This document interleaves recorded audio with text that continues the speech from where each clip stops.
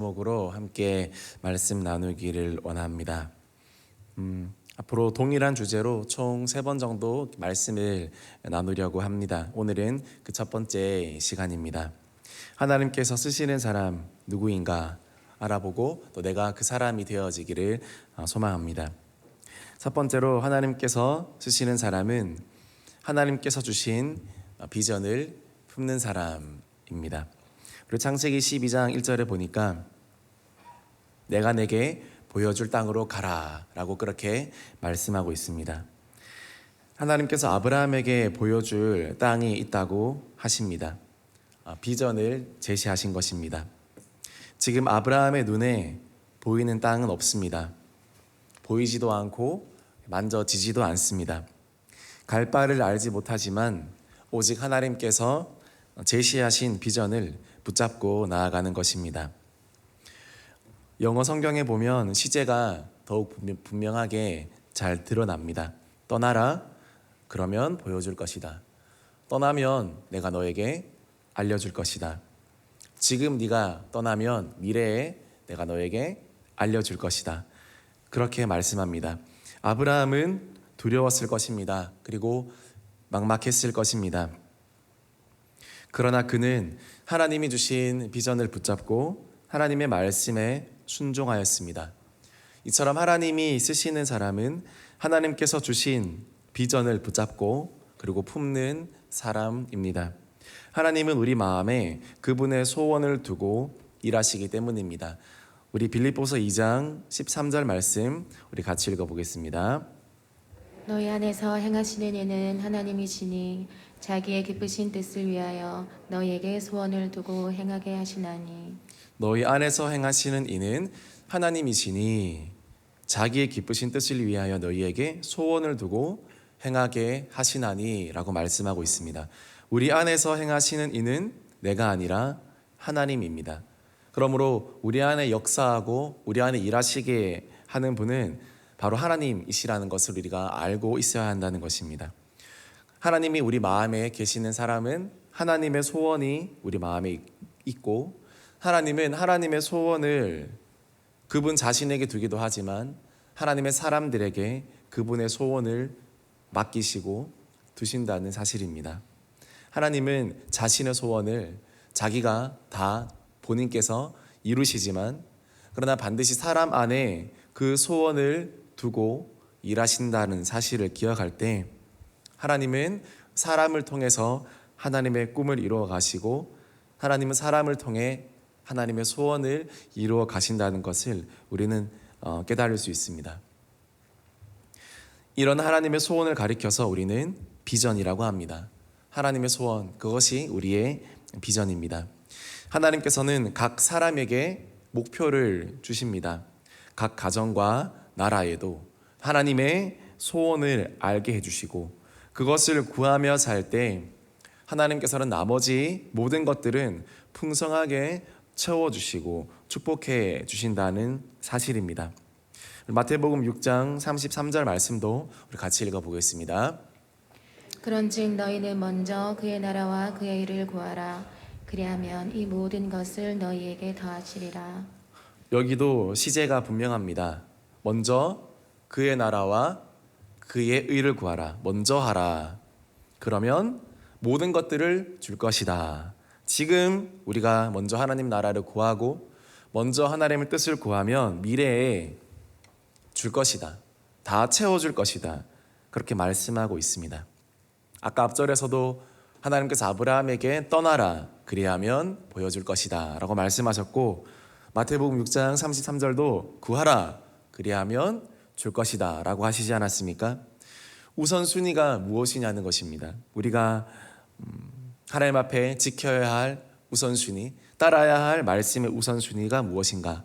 먼저 하나님의 비전을 품고 하나님의 나라를 구하는 것입니다. 먼저 하는 것입니다. 먼저 하라고 그렇게 나와 있습니다. 다른 번역에 보면 첫 번째로 하라, 1등이 되게 하라 그렇게 말씀합니다.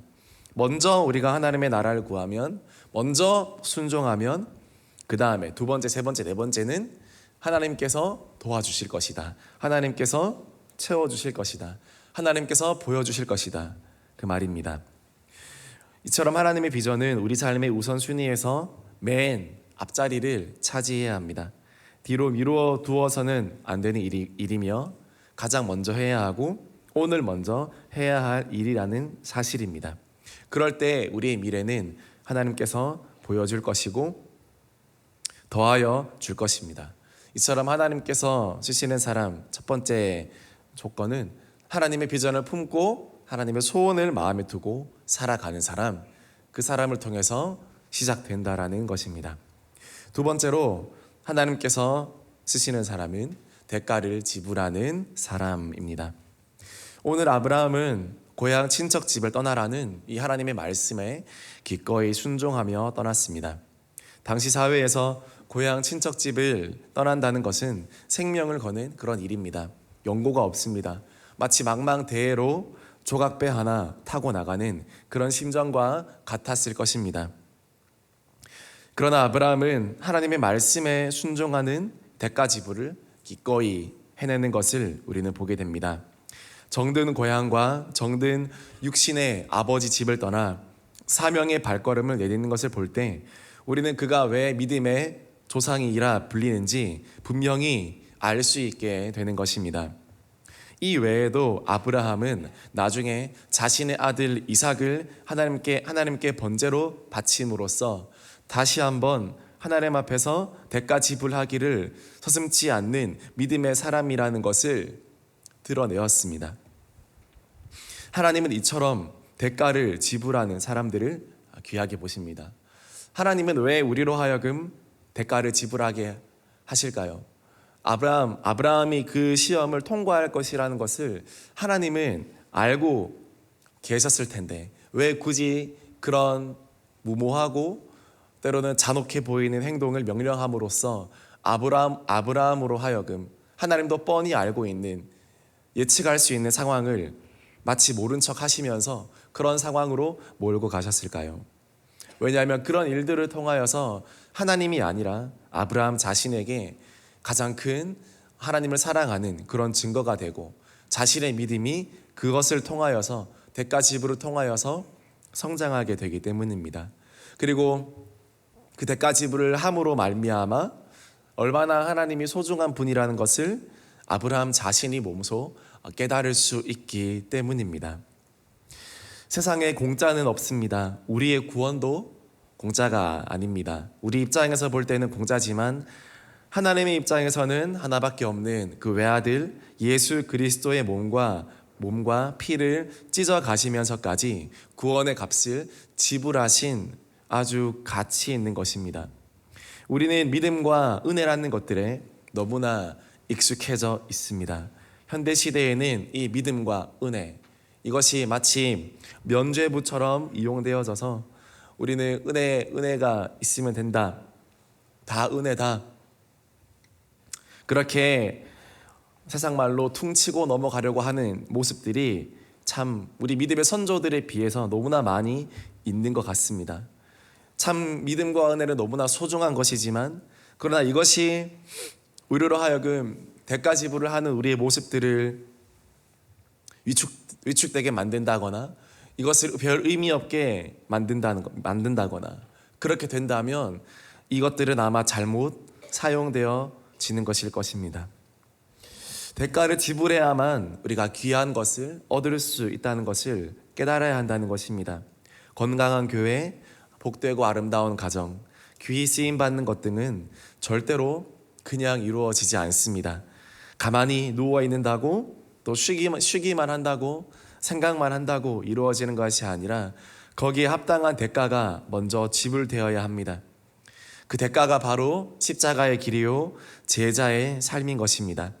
우리가 자기 십자가를 지고 예수님의 제자로서 살아갈 때 대가 지불의 삶이 시작되는 것입니다. 오늘 아브라함도 믿음의 대가 지불을 드렸을 때 그것에 합당한 축복을 얻었고 합당한 이름을 얻게 되었습니다. 우리가 많은 믿음의 위인들의 간증을 들을 때 왜 그렇게 은혜롭습니까? 다른 이야기가 아니라 모두 다 대가 지불의 내용이기 때문입니다. 쉽지 않은 환경과 어려운 조건에서도 하나님께 드리고 그리고 교회 섬기기를 주저하지 않았던 그들의 대가지불이 그들의 삶이 되었고 그들의 간증이 되었고 그들의 열매가 되었기 때문에 그리고 그것이 응답을 받았기 때문에 그토록 우리에게 울림이 되고 감명이 되는 것입니다. 저는 소망합니다. 우리가 대가를 지불할 뿐만 아니라 나아가 하나님을 감동시키는 그런 수준까지 이르기를 소망합니다. 치루어야 할 대가를 지불하는 것은 어떻게 보면 당연한 일입니다. 우리가 어떤 물건을 살 때 거기에 합당한 대가를 지불하는 것은 당연한 것처럼 하나님 앞에 우리가 삶을 살아갈 때 우리가 대가 지불, 하나님이 주신 응답, 은혜와 또 그 기도 제목을 이루기 위해서 대가 지불하는 건 당연하지만 그러나 그것을 넘어서서 우리가 하나님을 감동하게 하는 그런 수준에 이르기를 원합니다.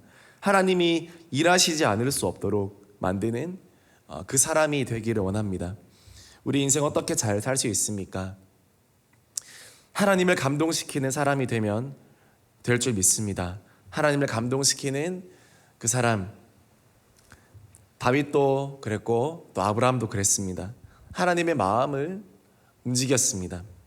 하나님의 마음을 움직였고 하나님의 보좌를 움직여서 하나님이 우리로 하여금 그들로 하여금 축복받지 않을 수 없게 만들었습니다. 그것이 하나님의 사람들의 특징인 것입니다. 정말 우리가 더욱더 대가 지불을 하고 그리고 이것을 넘어서서 어떻게 하면 하나님을 감동시킬 수 있을까? 어떻게 하면 하나님의 마음을 움직일 수 있을까? 아무리 부모라도 정말 또 자녀를 독립적으로 키우고 싶은 부모라도 부모가 움직이지 않을 수 없는 그런 상황들이 있습니다. 하나님도 마찬가지십니다. 하나님도 가만히 계시는 것 같으나 우리가 하나님을 감동시키며 하나님께 기도할 때 하나님이 스스로 가만히 계시지 못할 그런 상황으로 우리가 몰아갈 때에 하나님께서 저와 여러분 가운데 역사하시고 이 교회 가운데 역사하시며 앞으로 모든 우리 비전 가운데도 하나님께서 직접 일하여 주실 줄 믿습니다. 정말 대가 지불을 하며 또 하나님을 감동시켜서 하나님이 일하실 수 있도록 우리가 더욱더 하나님께 자리를 내어드린다면 그것만큼 정말 성공적인 그런 일들은 없을 것입니다. 우리가 하나님께 쓰임받는 사람이 되기 위하여 정말 대가 지불하며 하나님을 감동시키는 그런 사람이 되기를 원합니다. 내가 지불해야 할 대가는 어떤 것들이 있습니까? 또 앞으로 3년 동안 우리가 더 하나님 앞에 아름다운 교회를 위하여 건축을 위하여 우리 삶으로 대가 지불을 하며 나아갈 때 하나님을 감동시키는 하나님을 감동케 하는 그런 우리 모두의 간증이 되고 우리의 삶이 되어지기를 소망합니다. 마지막으로 하나님께 쓰임받는 사람은 하나님의 말씀을 사랑하는 사람입니다. 창세기 12장 4절을 보니까 이 아브라함이 여호와의 말씀을 따라갔고 라고 그렇게 말씀하고 있습니다. 아브라함이 여호와의 말씀을 따라갔고 아브라함이 여호와의 말씀을 따라갔다는 말은 아브라함의 인생을 축약해 놓은 것과 같습니다. 아브라함의 인생 자체가 하나님의 말씀을 따라서 살아간 인생이기 때문입니다. 지금 이 순간 하나님을 따라 말씀을 따라 산 것이 아니라 그의 평생에 그는 하나님의 말씀을 따라 살아갔습니다. 우리는 하나님의 말씀에 대해서 그칠 줄 모르는 식욕을 가지고 있어야 합니다. 나는 매일 육의 양식을 찾는 것처럼 영의 양식을 찾고 있습니까? 또한 하나님의 말씀의 권위에 우리가 굴복하고 있습니까? 아니면 내가 믿고 순종하고 싶은 말씀들만을 우리가 골라내고 있습니까? 한국교회 원로자 또 내수동교회 원로 목사님인 박희천 목사님은 성경사랑으로 유명하십니다. 올해로 96살이 되십니다. 총신대학원에서 28년간 교수로 봉직하시고 또 헬라어, 설교학, 성경 해석학 등을 가르쳤습니다. 저희 담임 목사님께서도 박희천 교수님께 배우셨다고 우리가 종종 들었습니다. 오정연 사랑의 교회 담임 목사님, 오정호 새로남교회 담임 목사님, 송태근 삼일교회 담임 목사님, 화종부 남서울교회 담임 목사님, 김남준 열린교회 담임 목사님, 박성규 부정교회 담임 목사님, 박지웅 현재 내수동교회 담임 목사님, 박경남 수지제일교회 담임 목사님 등등 모두 다 박기천 목사님 아래 내수동교회 대학부 출신들이자 사역자들 출신입니다. 이름만 들어도 알 법하듯 오늘날 한국 교계의 중심들이 바로 이 박기천 목사님 밑에서 길러지게 된 것입니다. 박기천 목사님은 내수동교회를 담임하던 현역 시절에 하루 11시간 30분씩 성경을 읽고 연구했습니다. 현재 96살이시지만 이 96살 때 지금도 하루에 얼마나 성경을 읽고 연구하시는지 아십니까? 하루 7시간 30분씩 앉아서 성경을 읽고 연구하고 말씀을 보고 활발하게 설교 사역을 진행하고 계십니다. 성경을 읽으실 때 타이머를 재어가면서 읽는 것입니다.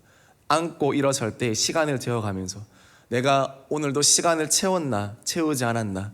젊었을 때는 훨씬 더 성경을 많이 볼 수 있었는데 나이가 드니까 시력도 안 좋고 체력도 안 좋아서 하루에 7시간밖에 성경을 못 본다는 것이 너무나 원통하여서 대성통곡하면서 엉엉 울었다고 합니다.